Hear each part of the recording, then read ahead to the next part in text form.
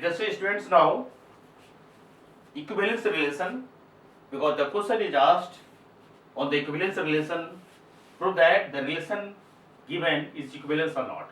So for that purpose, let us see the meaning of equivalence relation. So we have already seen if a relation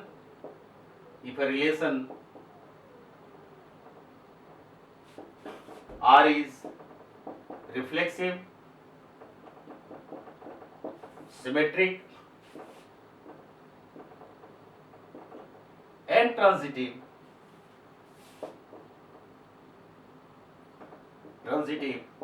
then R is an equivalence relation. If a relation R is reflexive, symmetric and transitive, then R is an equivalence relation.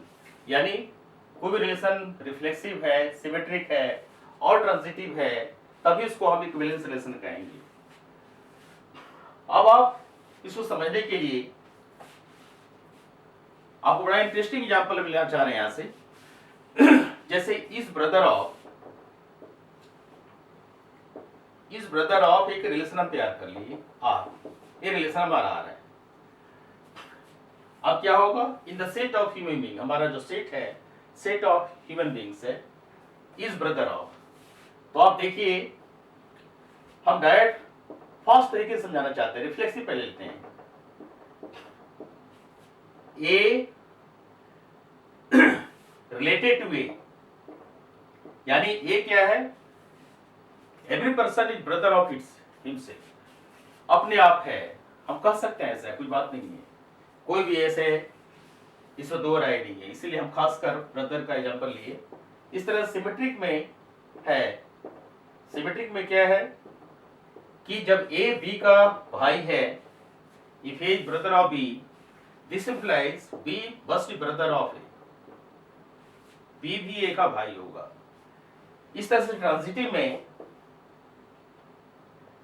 में हम दिखा सकते हैं कि ए जब B का भाई है और बी क्या है, सी का भाई है, ब्रदर है, तो हम कह सकते हैं ए सी का भाई होगा। अब बायोलॉजिकल रिलेशन में हमारे पास कुछ कंडीशन ऐसे भी आते हैं जो पूरी तरह सेटिस्फाई नहीं करता है। फिलहाल इसका आंसर दे देते हैं, therefore R is an equivalence relation.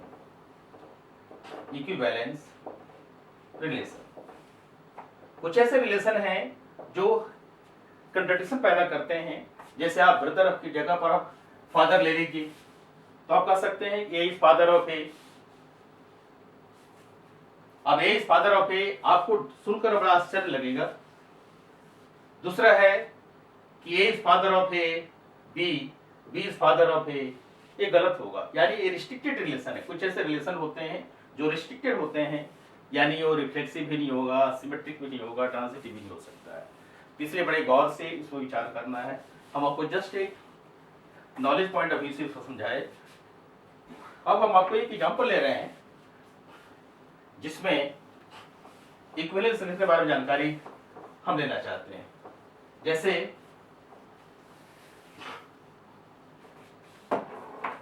let R is a relation in A, let R is a relation in a set A, then we shall have that R क्या रिलेशन है, वो इस तरह से है कि order pair AB such that AB belongs to Z and 2 divides A minus B, यानी ये हमारा एक रिलेशन है जो सेट ए में है। सेट ए को आप कह सकते हो सेट ऑफ इंटीजर कह सकते हो, क्योंकि set of natural number, set of integers हम कह सकते हैं।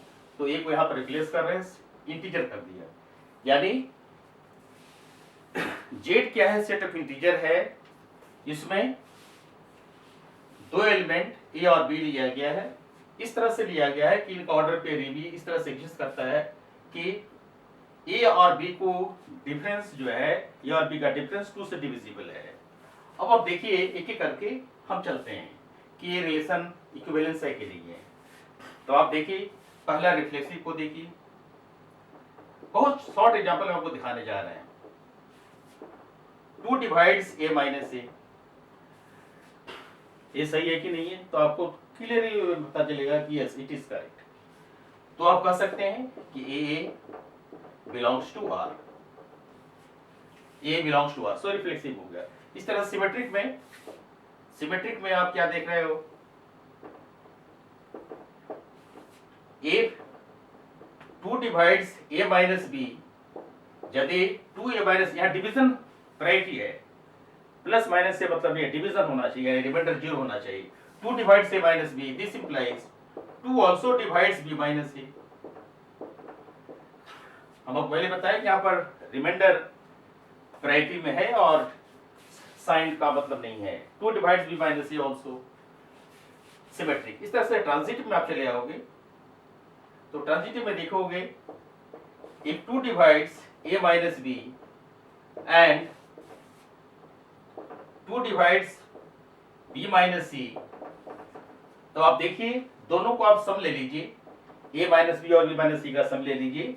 You shall have a minus b plus b minus c, इसको आप देखेंगे तो ये रिजल्ट आपका आएगा a minus c। Clearly 2 divides a minus c। जिस तरह से जब 2a माइनस बी को डिवाइड कर रहा है, 2b माइनस सी को भी डिवाइड कर रहा है, तो 2a माइनस सी को डिवाइड करेगा, जो क्लियरली समझा रहा है कि यदि a भी हमारा r का मेंबर है, bc जब r का मेंबर है, तो ac भी r का मेंबर होगा। तो इस कंडीशन में हम कह सकते हैं कि हमारा r जो है एक इक्विवेलेंस रिलेशन है। अब जहां तक इक्विवेलेंस क्लास का मतलब है, तो इक्विवेलेंस क्लास में क्या है कि आपको पार्टीशन करने होंगे, इस तरह से पार्टीशन करने होंगे जिसमें आपको पता चले कि कौन कौन ऐसा नंबर है। एक मिनट चलते यहां से,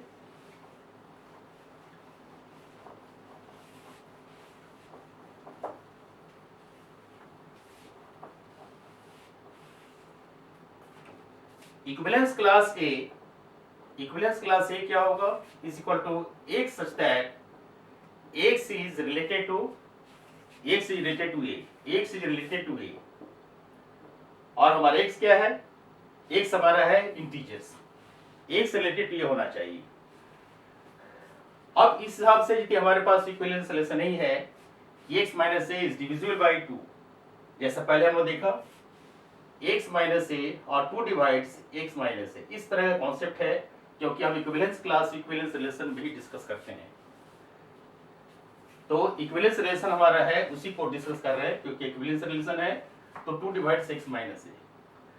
अब चलिए इक्विवेलेंस क्लास 0 ले लीजिए, तो इसमें क्या आएगा, ऐसे एलिमेंट्स आएंगे जो 2 से डिवाइड होने वाले हैं। तो 2 से डिवाइड होने वाले कौन कौन है, 2 से डिवाइड होने वाला क्या आपका आएगा, 0 भी आएगा, इसमें 0 आएगा, फिर आएगा प्लस माइनस 2, प्लस 2 भी आएगा, माइनस 2 भी आएगा। 2 से डिवाइड होने वाले हैं, प्लस माइनस 4, ये भी आ जाएगा, यानी मल्टीपल ऑफ 2। इसको इस तरह से कहा जाए कि दिस इज मल्टीपल ऑफ 2, यानी ये 2 का मल्टीपल है। इस तरह से आप इक्विवेलेंस क्लास 1 चले आए, तो इक्विवेलेंस क्लास 1 में देखेंगे यहां पर हमारा जो इवन फिगर है नहीं होगा, क्योंकि हमारा जो मेन फोकस है 2 का डिविजिबल होना चाहिए। तो मेन फोकस जब 2 का डिविजिबल है तो आपको ऑड नंबर्स भी लेने होंगे। तो इस तरह से आप दिखा सकते हो, जैसे हम ले लेते हैं ऑड नंबर में 1 ले लेते हैं, 1, तो 1 माइनस 1, 1 माइनस 1 0 आता है, तो 0 डिविजिबल बाई 2 है। इस तरह से हम ले लेते हैं 3, 3 माइनस 1 भी 2 से डिविजिबल है। इस तरह से आप 5 ले लो, 5 माइनस 1 भी डिविजिबल है। इस तरह से तो आप देखिए ए प्लस का लिए माइनस भी आ जाएगा। तो इस तरह से हम डॉट डॉट दिए, यानी बहुत से एलिमेंट इसी में आ जाएंगे। और दोनों में आप देखेंगे क्या इक्विवेलेंस क्लास हुआ। दोनों में क्या रिलेशन है, तो आप देखेंगे कि दोनों का जो इंटरसेक्शन है, intersection of equivalence class containing 0 and equivalence class containing 1 is null set. दोनों का जो इंटरसेक्शन है नल सेट है, और दोनों का जब यूनियन आप लोगे तो सेट ऑफ इंटीजर आ जाएगा। यानी यूनियन आप लोगे तो Z क्या है, union of this equivalence class 0 and equivalence class 1। इस तरह से आप दिखा सकते हो equivalence class containing 0 and equivalence class containing 1। ये हमारा एग्जांपल हुआ जो क्लियर फॉर्म बता रहा है कि equivalence class containing 0 all even integers. उस तरह से यहां भी आपका आएगा सारे ऑड इंटीजर्स आ जाएंगे। तो इवन इंटीजर्स और ऑड इंटीजर्स का कॉम्बिनेशन ही हमारा टोटल इंटीजर होता है। इस तरह से इक्विवेलेंस क्लास का डेफिनेशन आप दे सकते हैं, इसलिए कोई परेशानी नहीं होनी चाहिए। ऐसे बहुत सारे एग्जांपल हैं, जैसे मान लीजिए कि हम लेते हैं इक्विवेलेंस क्लास को डिफाइन कराने के लिए दूसरा एग्जांपल लेते हैं।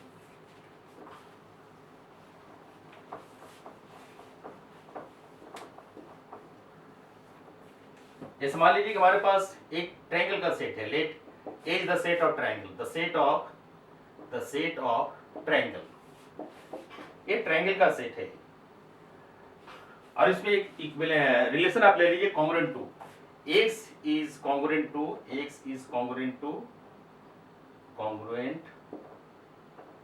y in the set of triangle में x is congruent to y ले लिया। क्लियरली हमारे एक इक्विवेलेंस रिलेशन है, इसको हम इक्विवेलेंस क्लास में ट्रांसफर करने जा रहे हैं। तो इक्विवेलेंस क्लास में ट्रांसफर करेंगे। अब जैसे आप ले रहे हो इक्विवेलेंस क्लास ए हम ले रहे हैं, हम ए ले सकते हैं, बी ले सकते हैं, कुछ भी ले सकते हैं। इक्विवेलेंस क्लास कंटेनिंग ए, यानी ए इज कॉन्ग्रुएंट टू जो भी ट्रायंगल है वो इसके कॉन्ग्रुएंट होगा। A is congruent to other triangle also.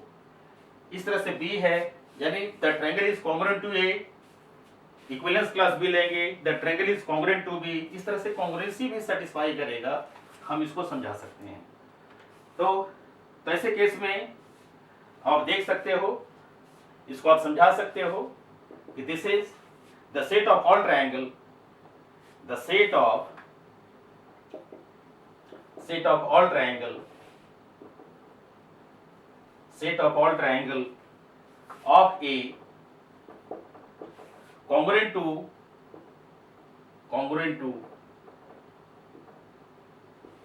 Triangle A. पहले जैसे बताए थे कि जितने भी ट्रायंगल हमारे पास हैं ए के, वो ए के कॉन्ग्रुएंट होना चाहिए, उसको पूरा समूह ले लीजिए आप जो ए से रिलेटेड हो। इस तरह से जो आप बी ले लेंगे, इक्विवेलेंस क्लास बी तो हो जाएगा set of all triangle of A congruent to triangle B. इस तरह से आप देखिए। तो कॉन्ग्रुएंसी के बारे में हम इक्विवेलेंस क्लास को डिफाइन करा दिए। हम प्रयास किए कि इक्विवेलेंस क्लास में आपका नॉलेज क्लियर कर दें।